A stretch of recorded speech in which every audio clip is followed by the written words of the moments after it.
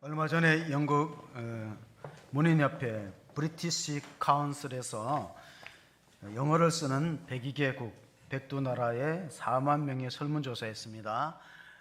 영어 중에서 가장 아름다운 단어가 뭘까요? 1위로 뽑힌 것이 마들 뭐죠? 어머니. 우리나라로 말하면 어머니, 엄마. 동양에도 마찬가지입니다. 사람이 최초로 배우는 말이 뭐냐? 아이가 태어나서 최초로 배우는 말이 엄마고, 우리가 죽을 때 마지막으로 하고 싶은 말도 엄마다. 화면 한번 보실까요? 같이 읽어보세요. 시작. 세상에 태어나서 맨 처음으로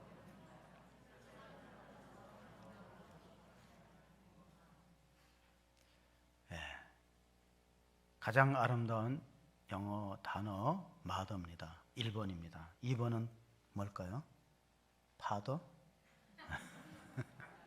다 아니래요. 어머니들이 아니래요. 두 번째 아름다운 영어 단어는 러브는 네 번째입니다. 좀 기다려 주세요. 패션, 열정입니다. 패션. 오래전에 패션 오브 크라이스트라는 영화가 사순절에 방영됐어요. 거기서는 패션이 고난이란, 순환이란 뜻인데 원래는 패션은 열정입니다. 정열, 열정. 제가 중학교 때 1학년인가 2학년인가는 기억이 안 나는데 그 국어책을 받았는데 그거 참 좋은 내용들이 있더라고. 여러분 혹시 민태원이라는 수필가가 교수가 쓴 청춘예찬 들어보셨나요? 안 들어보셨나요? 그 공부 열심히 한 사람들이야. 청춘예찬이라는 수필에 보면 청춘, 이는 듣기만 해도 가슴이 설레는 말이다. 청춘, 너의 두 손을 가슴에 대고 물방울 같은 청춘의 그 심장의 고동소리를 들어보라. 그런 내용으로 이제 되었습니다. 오래전이니까 뭐 다 기억을 못하는데 거기 보면은 인류 역사를 움직이는 수레바퀴, 원동력은 이 열정이다. 젊음이 갖고 있는, 청춘이 갖고 있는 열정이다. 거기에 왜 석가는 설산에서 고행을 했고 예수는 광야에서 방황했는가? 공자는 주유 천하 다니면서 많은 사람들에게 가르침을, 교훈을 줬는가? 밥을 얻기 위해서냐? 옷을 얻기 위해서냐? 미인을 얻기 위해서냐? 아니다. 인류를 구제하고 대중을 구원하기 위하다. 그 이상과 비전은 언제 품었는가? 청춘이, 젊을 때 이 이상과 비전이 우리 젊은이에게 있어야 된다. 그런 이 내용으로 이루어져 있습니다. 자, 세 번째 단어가 스마일입니다. 스마일은 뭐죠? 미소, 웃음인데 여러분 마스크를 쓰니까 웃지를 않는 것 같아요.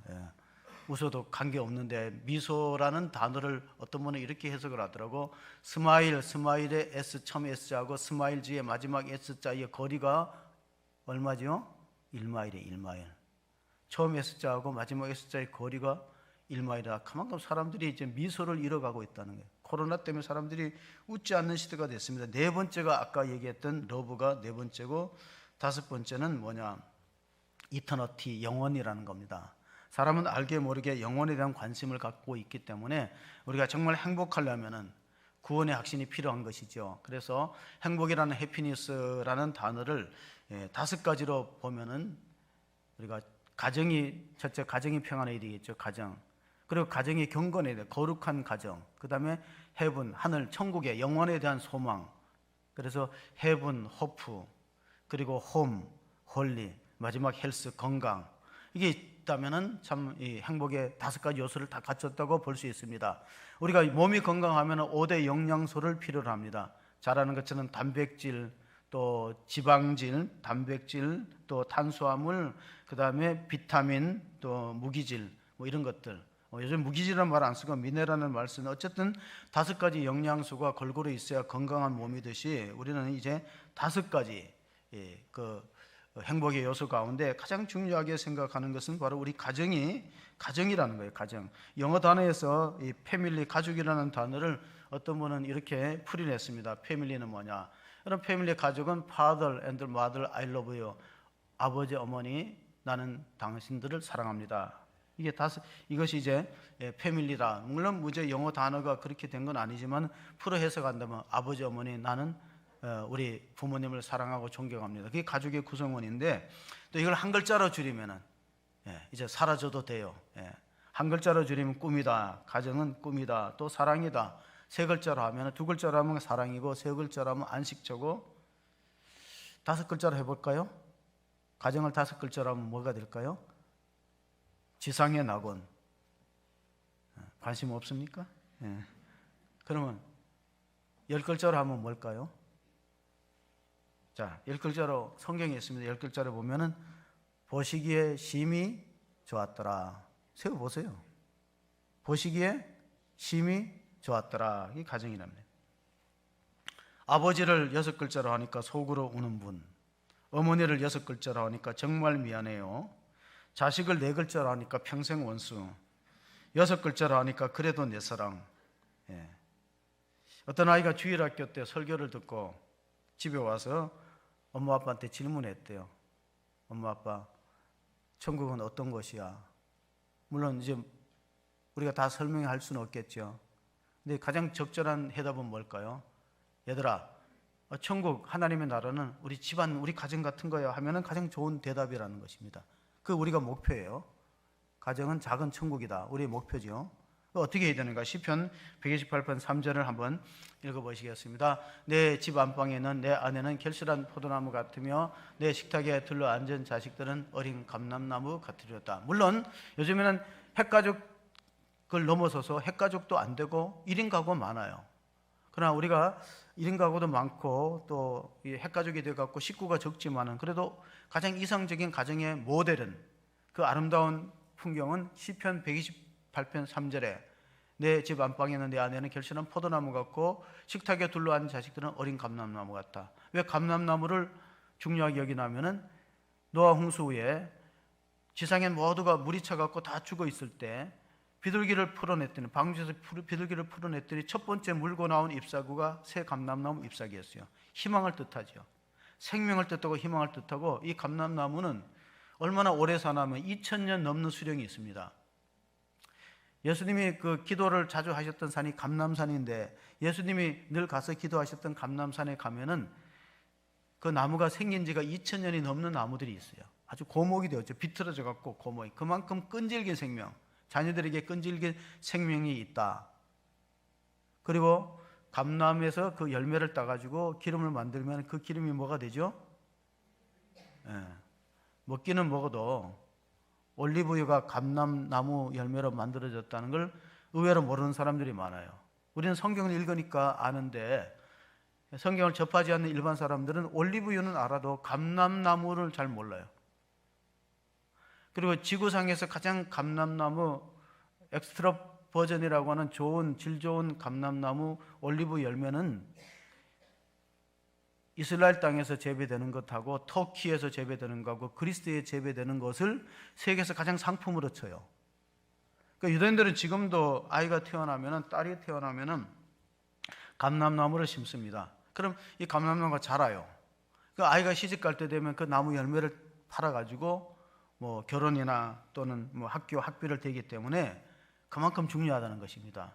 믿음의 조상 아브라함이 가는 곳마다 두 가지 중요한 장소가 있는데, 한번 우리가 창세기에 보면 아브라함에게서 인생에 있어 가장 중요한 장소가 두 가지가 어디가 있을까? 한번 13장, 창세기 13장 18절에 읽어보겠습니다. 이에 아브라함이 장막을 옮겨 헤브론에 있는 마므리 상술의 숲에 이르러 거주하며 거기서 여호와를 위하여 제단을 쌓았더라. 앞에는 장막이고 뒤에는 제단입니다. 장막은 가정을 말하고 제단은 교회를 말합니다. 아브라함이 믿음의 조상이 되고 복의 근원이 되었던 이유는 자기 인생에 있어서 두 가지 장소를 중요하게 여겼다는 겁니다. 하나는 가정입니다. 하나는 교회입니다. 제단이 있는 곳입니다.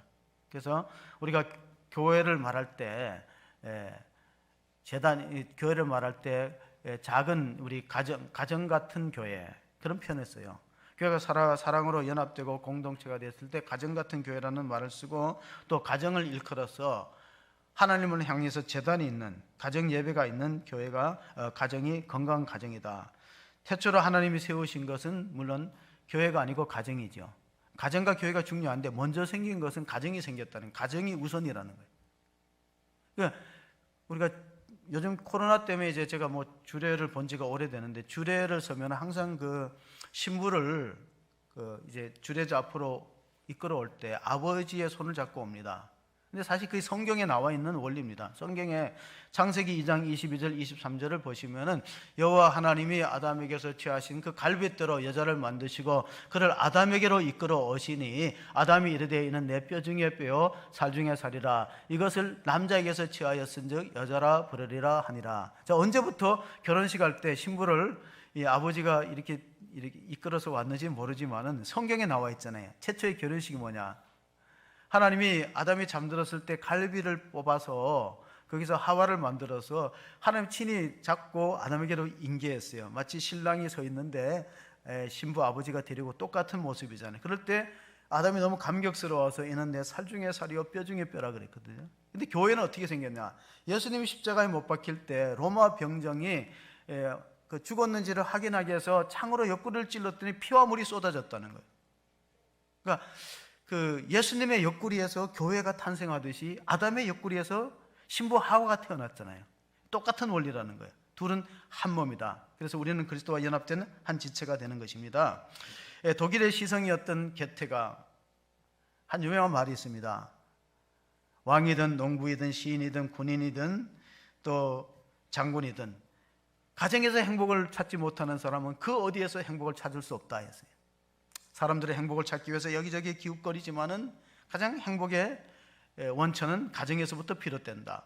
근데 오늘날의 가정이 많이 흔들리고 위기를 겪습니다. 그 게테가 한 말 가운데 이런 말이 있어요. 태초에 갈등이 있었느니라.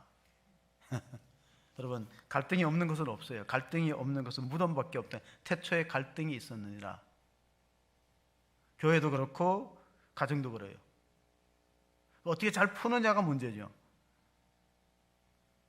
제가 하는 말이 있어요. 교회는 문제가 아니다. 문제를 문제 삼는 게 문제다. 그러니까 문제를 해결하는 지혜가 있는 공동체는 성숙한 가정이고 교회인 거예요. 그럼 어떻게 해야 되는가? 시편 128편 1절 2절입니다. 같이 보겠습니다. 여호와를 경외하며 그의 길을 걷는 자마다 복이 있도다. 내가 내 손이 수고한 대로 먹을 것이라. 내가 복되고 형통하리로다. 복 있는 사람은 자기가 수고한 열매와 결실을 거두어요. 근데 복이 없는 사람은 어떠냐? 죽으라 고생하고 거둘 게 없어요. 마치 밑빠진 독에 물 붓는 것 같아요. 왜 그럴까? 가장 중요한 이유는요, 겸손하지 못해서 그래요. 잠언서 22장 4절을 읽어보겠습니다. 겸손과 여호와 경외함의 보상은 재물과 영광과 생명이니라. 겸손과 교만의 차이가 뭐냐? 겸손한 사람은요, 교회에서 자기가 할 일이 보여요. 그 자기 부족이 보여요. 교만한 사람의 특징이 뭐냐? 남의 허물이 보이고 남이 할 일이 보여요. 그럼 딱 진단이 나오잖아요. 자, 겸손한 사람은 교회나 가정 속에서 내 허물이 보이고 내가 할 일을 보여요. 내가 할 일이. 근데 교만한 사람의 특징이 뭐냐면 남의 허물이 보이고 다른 사람이 할 일이 보여. 왜 저 사람이 저 일을 안 하냐 그래요. 그 사람은 교만한 사람이죠. 자기 할 일을 찾아서 하면 되는 거예요. 가정이든 교회든. 그래서 우리가 유학을 배울 때 그 맹자의 글 가운데 맹자의 글이 우리나라에 이제 명심보감이라는 그 유학의 기초서에 보면 이런 말이 있어요. 순천자 존하고 역천자 망한다. 순천자 여호와의 도를 지키는 사람, 하늘의 도리에 순응한 사람은 흥하게 되어 있고, 역천자 하늘의 도리를 거역하면 망한다. 회사가 망할 때, 나라가 붕괴될 때, 또 높은 지위에서 떨어질 때, 개인이 넘어질 때 공통점이 뭐냐? 겸손치 못하고 교만하다는 거예요. 교만한 권력은 언젠가는 심판이 되게 돼 있어요. 오래 못 갑니다. 회사도 그래요. 회사도 교회도 그렇습니다. 이게 참으로 여호와의 도를 행하고 그 길을 걷는 것이 얼마나 중요한가. 자, 요 앞에 있는 시편 127편하고 시편 128편은 그 앞에 부제가 뭐냐면 성전에 올라가는 노래라고 적혀 있어요. 여러분 성경책 보세요. 성전에 올라가는 노래는 무슨 뜻입니까? 하나님의 도를 행하는 자들의 특징이 예배에 대해서 목숨을 건다. 예배를 중요하게 여겼다는 거예요. 성전에 올라가면서 여호와의 도를 행하는 사람들. 시편 127편하고 128편은 원래 붙어 있었다고도 하는데 127편은 솔로몬이 썼습니다. 솔로몬이 썼던 시편을 한번 읽어보시겠습니다. 여호와께서 집을 세우지 아니하시면 세우는 자의 수고가 헛되며 여호와께서 성을 지키지 아니하시면 파수꾼의 깨어있음이 헛되도다. 너희가 일찍 일어나고 늦게 누우며 수고의 떡을 먹음이 헛되도다. 그러므로 여호와께서는 그의 사랑하시는 자에게는 잠을 주시는도다. 자, 시편 128편은 수고한 대로 먹는다 그랬는데 시편 127편에는 너희가 아침에 일찍 일어나고 늦게 수고해도 먹을 거 없다는 거예요. 그러면 가정은 하나님이 세우시고 가정의 건강한 웰빙 가정, 행복한 스위트홈 가정이 되는 조건이 뭐냐면 하나님의 설계도를 잘 따라서 가정이 운영되고 있느냐. 교회도 마찬가지. 여호와께서 집을 세우지 아니하시면 세우는 자의 수고가 헛되다. 하나님의 설계도를 따르는 가정이 거의 견실하다는 겁니다. 여호와께서 성을 지키지 않으면 파수꾼의 경성함도 헛되도다. 하나님의 주인 되시지 않는 교회는 위험하다는 거예요. 우리 속담에 옛말에 이런 말이 있어요. 소부재근 대부재천. 작은 부자는 근면성이 만들어내고 큰 부자는 하늘이 낸다. 코로나 때문에 지금 경기가 다 어려운데요. 일본의 그 제일교포 가운데 손정의라는 회장이 있어요. 소프트뱅크를 창업한 사람이 2019년에 10조 우리나라로 말하면 10조의 그 결손을 받았고 다 그 이제 손정의 시대가 끝났다 그랬어요. 소프트뱅크 손정의 시대가 끝났다, 망했다 그랬어요. 근데 생각해 보세요. 작년 며칠이 일본 기업 사상 최초의 52조의 순이익을 냈어요. 52조. 안 놀라네요. 52조가 얼마나 큰 돈인지 상상이 안 되죠. 일본 기업 사상 최초로 52조 원의 흑자를 낸 사람이 누구라고요? 제일교포 손정의 씨예요. 다 망한다 그랬는데. 하늘이 내는 부자라는. 역대기를 읽어보면요, 하나님께서 어떤 사람에게 복을 주시겠습니까? 역대기 4장 10절을 한번 보시겠습니다. 야베스가 이스라엘의 하나님께 아뢰어 이르되 주께서 내게 복을 주시려거든 나의 지역을 넓히시고 주의 손으로 나를 도우사 나로 벗어나 환난을 벗어나 내게 근심이 없게 하옵소서 하였더니 하나님이 그가 구하는 것을 허락하셨더라. 하나님이 사랑하시는 자에게 잠을 준다는 것은 마음이 편안하다는 뜻이에요. 하나님이 우리가 하나님께서 재물을 맡길 때 근심이 없게 하옵소서 했더니 야베스의 기도가 응답되었다는 것입니다. 야베스는 수고로 태어났다. 형제들 가운데 초반에 운은 없었습니다. 그러나 하나님을 잘 경외하고 하나님께 기도하는 삶을 살았더니 하나님이 하늘문을 여시고 신수성가의 복을 주셨습니다. 세상 사람들은 자기 손으로 수고해서 복을 받는다 그래서 자수성가라는 표현을 쓰는데 성경에는 하나님의 손이 도우사, 주의 손이 나를 도우사 이런 표현들이 많이 있습니다. 그러면 주의 손의 도움을 받기 위해서는 주의 도를 행하는 성도가 되시기를 바랍니다. 하나님의 설계도를 따라서 가정생활이 이루어질 때 가장 건강한 가정이 된다는 겁니다. 교회도 마찬가지입니다. 가족의 두 얼굴이라는 책이 있는데 이 한시대학교 교수였던 최강현 교수가 썼어요. 가족의 두 얼굴은 뭡니까? 세상에서 가장 가깝고 서로 사랑하는 관계가 가정인데 또 가장 상처를 잘 주는 데가 가정이라는 겁니다. 가장 가까우면서 그래서 가족의 두 얼굴입니다. 청소년들한테 그 상담을 하는 사람들이 의외로 가장 가까운 가족들한테 상처를 받았다는 청소년들이 의외로 많습니다. 마치 이것은 겨울철에 우리가 고슴도치들이 서로 추우니까 살을 맞대는데 가까이 맞대다 보면 그 고슴도치의 날카로운 바늘에 찔립니다. 가족이 그렇다는 거예요. 멀리 있으면은 서로 상처를 주고받지 않는데 가까이 있기 때문에 우리가 하나님 앞에 어떤 모습으로 서야 되는가? 창세기 2장 24절에 보면은 결혼 생활의 원리가 이렇게 나옵니다. 내 부모를 떠나 그의 아내와 연합하여 한 몸을 이룰지라. 그러니까 떠남이 먼저 있어야 연합이 됩니다. 여기서 떠남이라는 것은 육신적인 독립, 경제적인 독립을 뛰어넘어서 정서적으로도 독립이 돼야 돼요.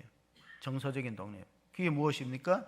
대부분의 사람들이 이제 자녀를 이렇게 출가해놓고도 정서적으로 독립이 되지 않고 그런 어떤 관계 속에서 서로 상처를 주고받고 부담이 되고 그러기 때문에 우리나라의 교육학에 종사하시는 그 최성애 조벽 교수가 한 말입니다.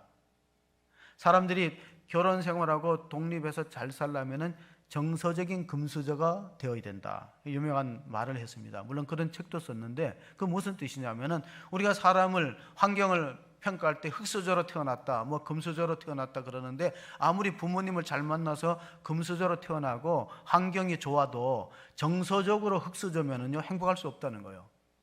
그럼 왜 사람들이 성장하면서 정서적인 흙수저가 되는가? 이유가 뭐냐면은 그게 바로 어릴 때부터 애착 손상을 받고 자랐다는 거예요. 아이가 어느 정도 성장 100일 지나면요 부모하고 눈을 맞추면서 서로 애착 관계를 하긴 합니다. 근데 여기에 어떤 채워지지 못할 때 애착 손상이 오고 그것이 이제 트라우마로 형성돼요. 트라우마로 형성되면 그가 아무리 좋은 조건을 가지고 있어도 문제를 일으킵니다.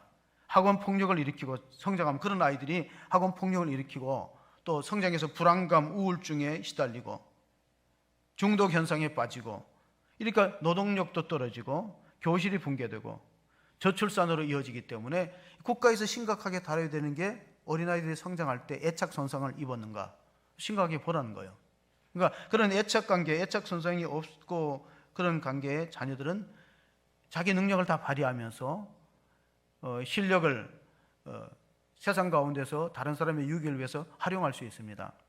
어린아이의 영유아기 뇌발달의 전문가였던 그 교수가 있는데 그 교수가 존 메디나 교수인데 영유아기 뇌발달에 대한 책도 썼는데 부모 특강을 많이 했습니다. 그랬더니 항상 질문 받는 게 부모들이 질문하는 게 이거예요. 우리 아이가 자라서 어떻게 하면 하버드 대학교 갈 수 있는가?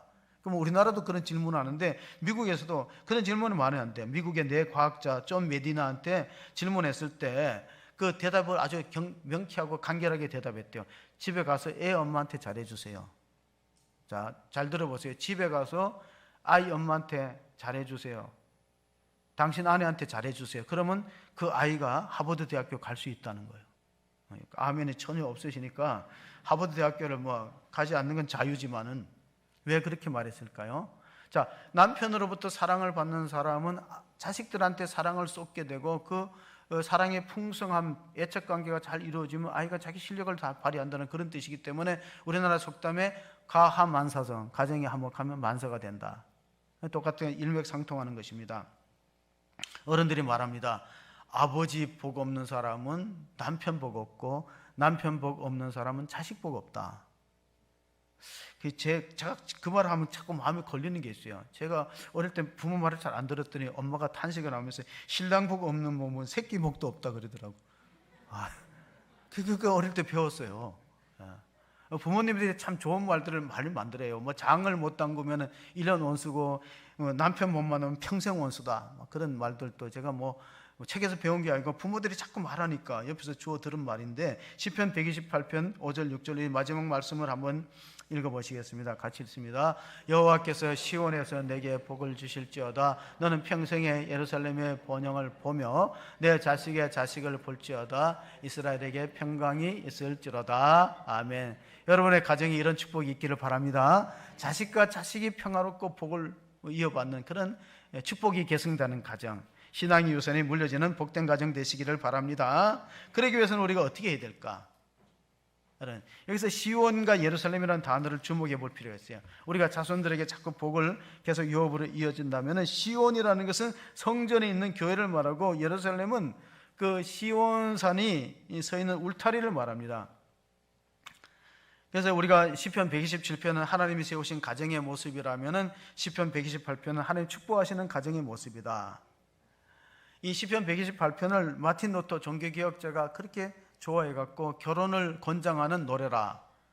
결혼, 메리드송이라는 말을 붙였어요. 결혼할 때 이 시편 128편을 읽어보라. 얼마나 아름답고 축복된 가정의 모습이 있느냐. 내 아내는 결실한 포도나무 같고 내 상에 둘러 앉은 자식들은 어린 감람나무 같으니 얼마나 평화롭고 복된 가정의 모습이냐. 결혼을 장려했다는 것인데 지금 우리나라가 너무 결혼을 안 합니다.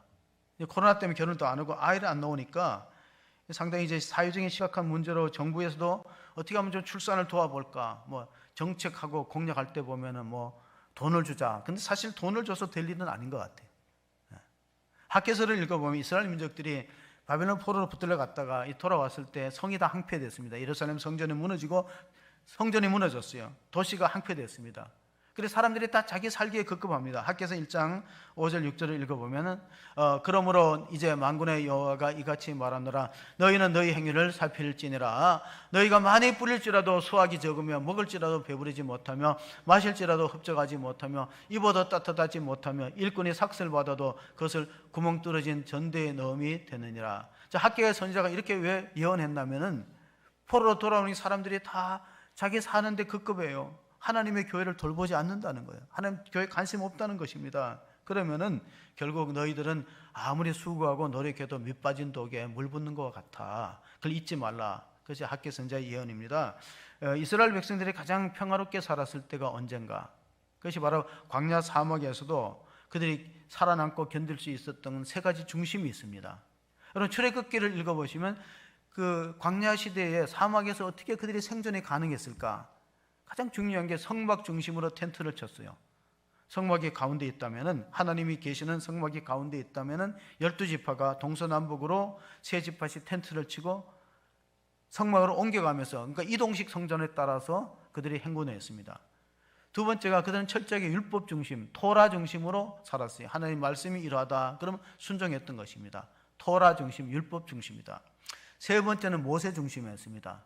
모세가 일어나서 이스라엘 백성들에게 행군하자 그러면 구름 기둥이 떠오르면 발행을 했다가 또 추우면 불기둥이 보호하고, 이 세 가지 중심으로 살았을 때 그들이 참으로 안정되었다. 오늘날로 말하면 교회 중심, 말씀 중심, 그리스도 중심이다 볼 수 있습니다. 청교도들이 아메리카 땅에 건너가서 1620년도에 건너가서 나라를 세웠잖아요. 그게 지금 미국이란 나라잖아요.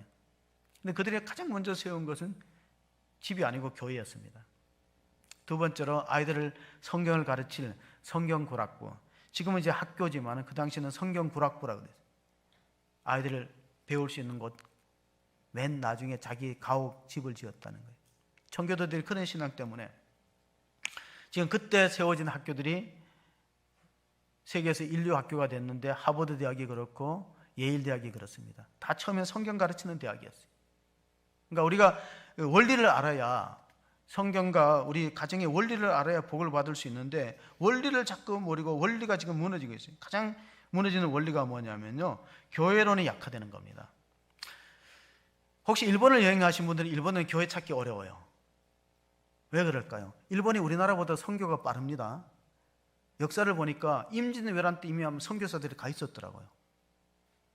1500년 16세기 하면 일본에 선교사가 들어갔습니다. 근데 왜 일본은 교회가 없을까요? 연구해 본 결과 일본이 교회가 성장하지 못한 결정적인 이유는 교회론이 잘못되었어요. 교회론이 어떻게 잘못되어 있는가? 내청 간삼이라든가 몇몇 사람들이 일본의 초기에 지도자들이 무교회주의 운동을 했습니다. 꼭 교회에 굳이 모일 필요가 없다. 가정에서도 성경을 읽고 때가 되면 서로 모이고 그 가정에서 개인적으로 신앙생활을 잘하면 된다는 무교회주의자가, 무교회주의, 교회론이 잘못된 것이 한 세기가 지나고 두 세기가 지나니까 일본 교회는 거의 성장을 못하고 아마 복음화율이 1%도 안 될걸요. 다른 이유가 없어요. 교회론이 잘못되었어요. 근데 최근에 신학자들이 코로나 때문에 교회론이 이상한 방향으로 흐릅니다. 이렇게 성전에서 모이지 않아도 그냥 가정에서나 개인적으로 신앙생활에도 괜찮지 않느냐. 이게 자꾸 비상시국에 어쩔 수 없이 우리가 몸에 질환이 있거나 연로하시거나 또는 자기 직업적인 문제 때문에 교회 못 하시는 분들을 제외하고 젊은이들까지 자꾸 이렇게 영상 예배, 온라인 예배가 대치되면 어떤 결과가 가져올까? 일본 교회처럼 된다. 이렇게 보시면 됩니다. 히브리서 10장 25절을 한번 읽어보시겠습니다. 히브리서 10장 25절. 모이기를 피하는 어떤 사람들의 습관과 같이 하지 말고 오직 권하여 그날이 가까움을 볼수록 더욱 그리하자.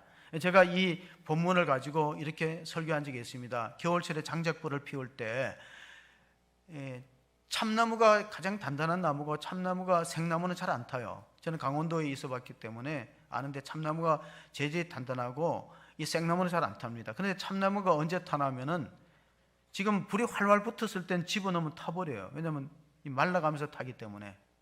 이 말은 아궁이의 장작불도 떨어뜨려 놓으면 다 꺼져 버려요.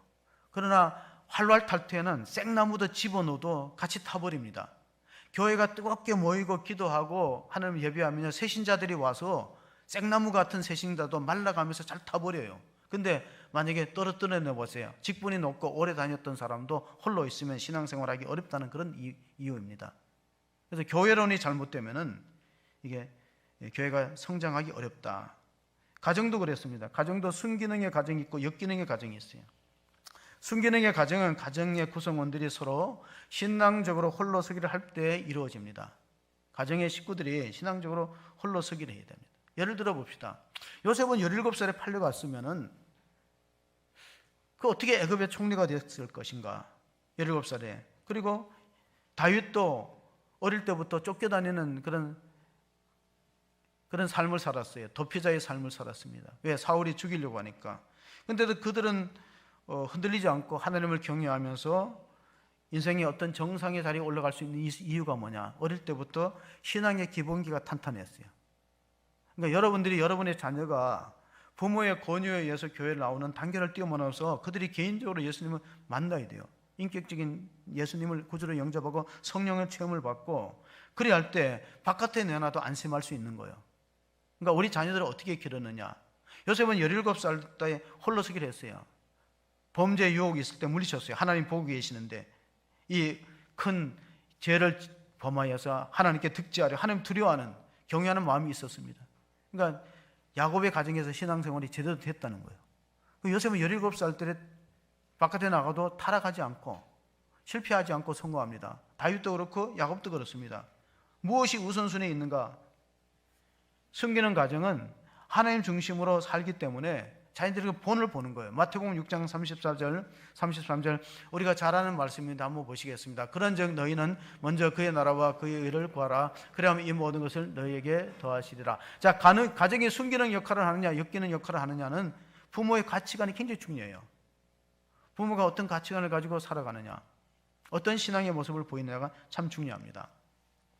제가 부교육절에 있을 때 저희 교회 밑에 성노원이라는 그 보육기관이 있었습니다. 가끔 여자 탤런트들이 거기 가서 뭐 아이들도 안아주고 그때는 이제 기저귀를 다 이렇게 빨래를 했던 그런 시대인데 뭐 그렇게 와서 봉사하고 그러는데 어떤 가정에서요 그 자원봉사에서 보육원에 봉사한 가정이 있었어요. 어머니가 가서 봉사하고 가끔 가다가 이제 딸이 이제 초등학교 4학년짜리 딸도 데려가고 또 그 위에는 오빠가 있는데 6학년짜리가 있어요. 이름이 이제 그 성은이라는 아이가 입양아가 이제 돌보는 대상인데요. 가보서 봉사해 보면 얘는 그 누가 낳아가지고 버렸어요. 근데 그 관악구에 가면 베이비 박스가 있는데 거기 이제 한 4개월 때에서 그 보육원에 왔대요. 처음에 이제 아이가 한 2달간은 친척집에 있다가 그 낳은 엄마가 아마 미혼모인지 키우지 못해갖고 거기다 둬갖고 했는데 이 봉사를 자꾸 하는데 한 번은 보육원에 행사가 있어갖고 그래갖고 이제 자기 집에 잠깐 데리고 왔다가 이제 보육원 행사가 끝나면은 돌려주려고 했는데 그날따라 폭우가 쏟아졌어요. 오늘 비가 오는 거는 뭐 상대가 안 나오니까 폭우가 쏟아지니까 보육원에 데려갈 수 없는데 그 집에서 잤어요. 애가 이제 자고 돌려보내졌는데 이 딸아이가 자꾸 이제 눈에 어린다. 우리가 흔히 하는 말이 있잖아요. 어른들이랑 눈에 밟힌다. 그 걔가 자꾸 보고 싶다는 거예요. 이 초등학교 4학년짜리 딸아이가. 엄마. 그래서 가장 먼저 말해서 엄마, 우리 그 아이 우리 집에 데려와서 키우면 안 돼, 성훈이. 그러니까 엄마는 그거 그렇게 간단한 문제가 아니야. 그랬어요. 또 아빠도 반대하고. 그런데 이제 하루 데리고 와서 살다가 나니까 아버지가 달라져. 아빠가 한번 우리가 진지하게 입양을 생각해 봐야 되겠다. 그래가지고 결국 이제 그 입양을 했는데 입양을 해서 데려오는데 애가 보육원에 있을 때보다 집에 올 때 그렇게 울더래요. 그래서 그 엄마가 항상 그 44살 먹은 엄마가 베란다에 들어가서 아이를 귀에 대고 이렇게 말했대. 엄마가 널 놓치지 않을게. 잘 키울게. 앞으로 절대 너를 헤어질 일이 없으니까 불안해하지 마. 그러니까 애착 관계가 형성되지 않았기 때문에 애착 손상이 있으면 성장기에 상당한 문제를 일으킵니다. 근데 되게 이제 외국의 경우에는 입양한 사실을 공개적으로 얘기하는데 우리나라는 잘 얘기를 안 하는데 여기는 얘기를 했대요. 왜냐하면 개우에 4학년, 6학년 이런 게 형제들이 있기 때문에. 근데 가장 반대했던 분이 조부모님들이에요. 그 친정하고 시집해서 애가 벌써 둘이나 있는데 그 보육원에서 애를 데려다가 어떻게 키우려고 그러냐고 하지 말으라고 반대하고 그랬는데 결국 이제 입양을 했어요. 성은이라는 이름을 가진 아이를 입양했는데 지금은 다르대요. 왜냐하면은 그 조부모들도 항상 물어보는 게 성은이 잘 있나 물어본대요. 그리고 애들도 성은이랑 서로 자기가 잘 때 같이 잔다 그런데, 오빠도 나 걔랑 같이 잘 거야, 막내죠. 그래서 이분들이 얘기하더라고. 이 성은이는 우리 가정에 하늘이 보낸 천사다. 잘 키우고 있어요. 제가 왜 이 말씀을 드리냐면 이 정인이 사건이 우리나라에 상당히 이제 심각하게 뉴스에 나오는데 좋은 양부모도 많이 있어요. 이 아이가 어느 정도 성장해서 말을 할 때 물어보더래요. 엄마 신데렐라 동화 뭐 이런 동화 이야기, 백설공주 동화 이야기 들으니까 새엄마는 참 나쁜 사람인데 새엄마는 나빠? 이렇게 질문하더래. 아이가 어느 정도 이제 자라서 말을 할 수 있을 때. 그럴 때 엄마가 말했대. 나도 새엄마인데 새엄마가 나빠 보이니? 그러니까 애가 웃으면서 아니에요 그랬다는 거예요. 여러분, 이런 아이를 우리가 가슴으로 낳은 아이라고 불러요. 우리 조금 가족의 개념을 좀 바꾸어 볼 필요가 있습니다. 그게 뭐냐면 마태복음을 한번 보시면은 예수님 하신 말씀입니다. 마태복음 12장 50절을 한번 읽어보겠습니다. 누구든지 하늘에 계신 내 아버지의 뜻대로 하는 자가 내 형제요 자매요 어머니니라 하시더라.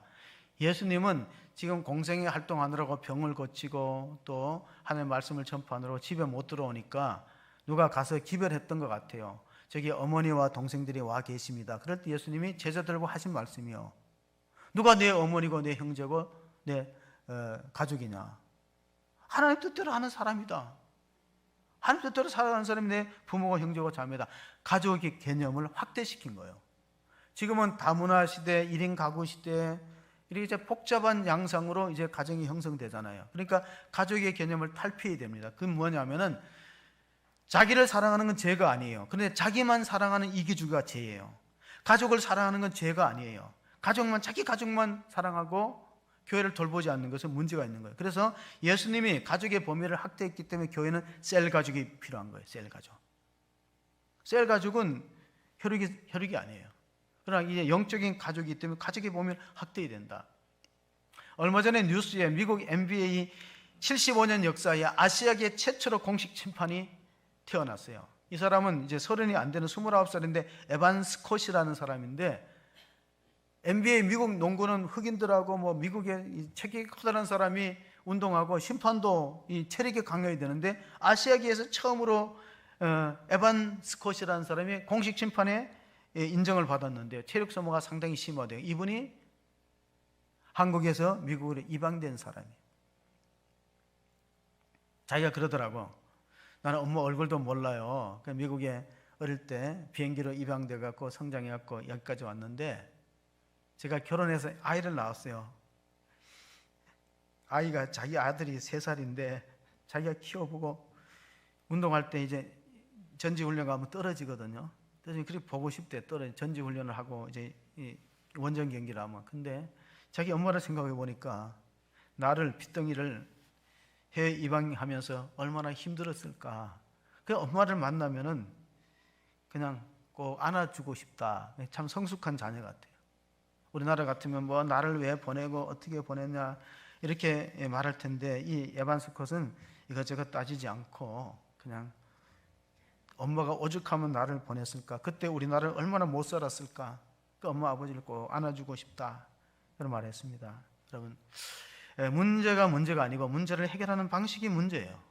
스카펙이라는 심리학자 저술가는 아직도 가지 않는 길에서 인생은 고해와 같은 사막이다. 우리는 성경은 광야와 같아, 그리고 불교는 고생의 바다라는 거예요. 고생의 바다인데 사람들이 고통스러운 문제나 환경에 직면하면 자꾸 피하려고 한다는 거예요. 근데 이제 에반 스콧은 정면으로 대응해야만, 그래야만 성장하고 성숙하다는, 아픈 만큼 성장하고 성숙하는 거야. 그래서 그는 말하기를 원죄가 뭐냐? 원죄는 생각의 게으름이라 그랬어요. 깊이 생각하지 않는다는 거예요. 그래서 문제가 있으면 골치 아프니까 벗어나려고만 했지 직면하지 않아요. 생각의 게으름은 두려움을 회피하는 것이다. 그러나 우리가 정말 하나님 앞에 기도하고 매달리면 하나님 방법이 있는데, 하나님 문제 해결의 방법이 있습니다.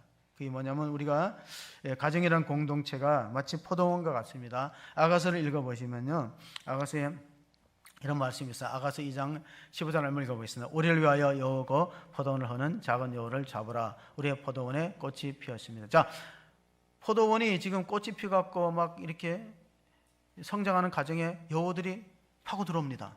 파고 들어와갖고 뿌리를 갉아먹기도 하고 포도 줄기를 먹고 이러니까 포도 농사가 안 되는 거예요. 그럼 가만히 있으라 그랬어요? 잡으라 그랬지?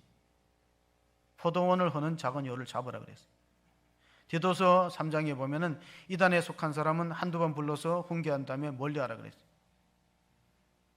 포도원을 허는 여호가 있는 거예요. 와서 막 여기저기 갉아먹고 포도원 밭을 엉망으로 만드는 포도원. 여기서 포도원은 가정을 말하고 교회를 말하고 이스라엘 민족을 말합니다. 그럼 어떤 것이 여호가 될까? 첫째로는 열등감입니다.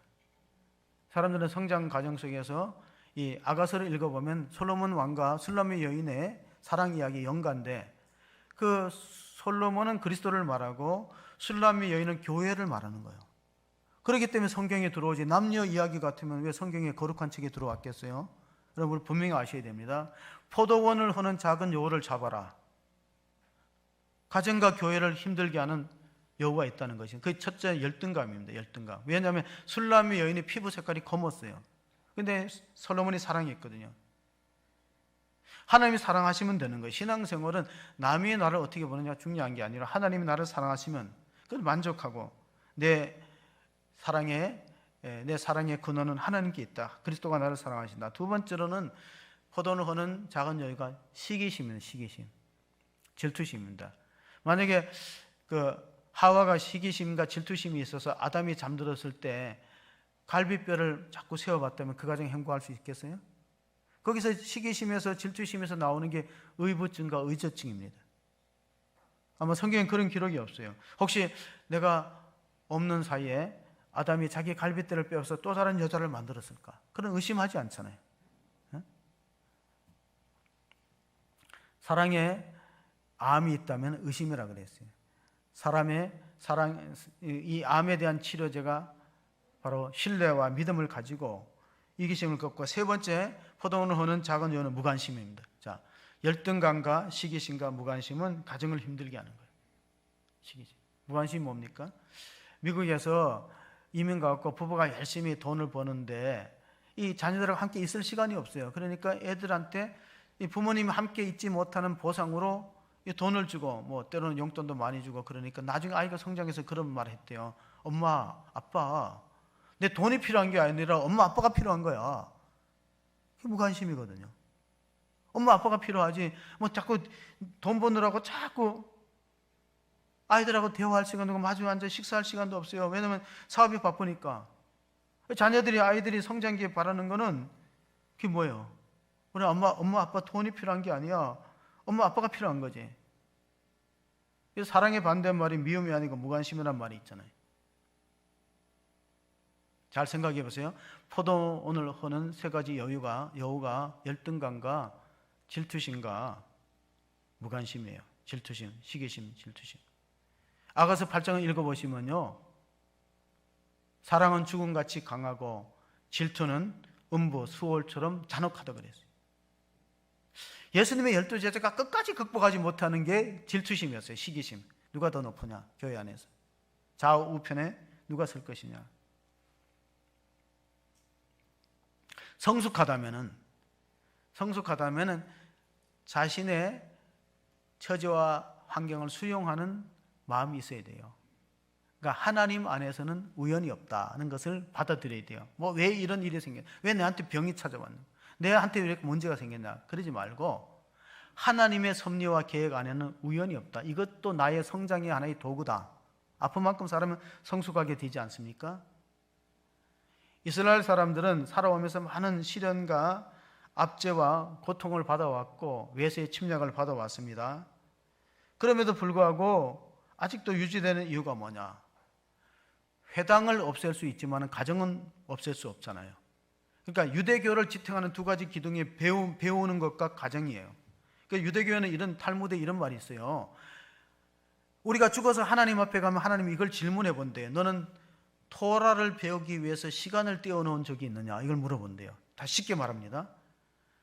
하나님 말씀을 배우는 시간을 따로 떼어놓았나? 이러면 하나님이 인정해주고, 하나님, 나는 사업에 바쁘고 먹고 사는 일에 급급해서 성경을 배우는 시간을 따로 두지 않았습니다. 그러면 책망받는다는 거예요.